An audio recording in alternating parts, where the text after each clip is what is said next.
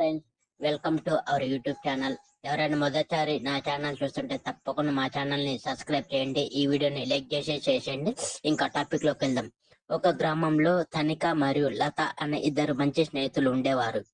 అయితే వీరు మంచి చదువులో బాగా చదివేవారు. ఇంకా ఇద్దరు చిన్నప్పటి నుంచి కలిసిమెలిసి ఉండేవారు.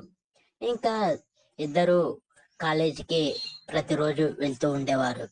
ఇంకా ఇద్దరు బాగానే చదివేవారు. కానీ తనిక చదువులో బాగా చదివేది. ఇంకా అలానే లత అంతగా చదివేది కాదు. కానీ ఇద్దరు పరీక్షలు బాగానే పాస్ అయ్యేవారు.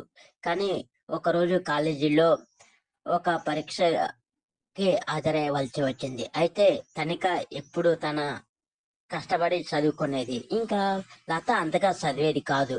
చివరికి ఇద్దరు పరీక్ష రాశారు ఒకరోజు. అయితే తనిక ఒకరోజు ఎగ్జామ్ లో పాస్ అయింది. లత ఆ ఒకరోజు ఎగ్జామ్ లో పాస్ కాలేదు.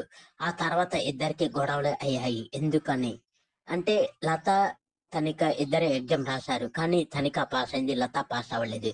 ఎందుకంటే లత ఆ రోజు ఎగ్జామ్ రోజు అంతగా చదువుకోలేదు. ఇంకా ఎగ్జామ్ అయిపోయినాక తనిక మంచి మార్కులతో పాస్ అయింది. కానీ లత అంతగా మంచి మార్కులతో పాస్ కాలేదు.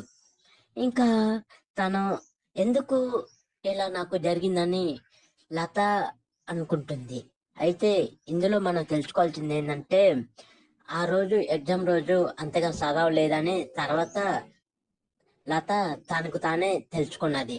సో ఈ కథ ద్వారా మనం నేర్చుకోవాల్సింది ఏంటంటే, మన లక్ష్యాన్ని సాధించాలంటే కష్టపడాలని నేను ఈ వీడియో ద్వారా చెప్తున్నాను.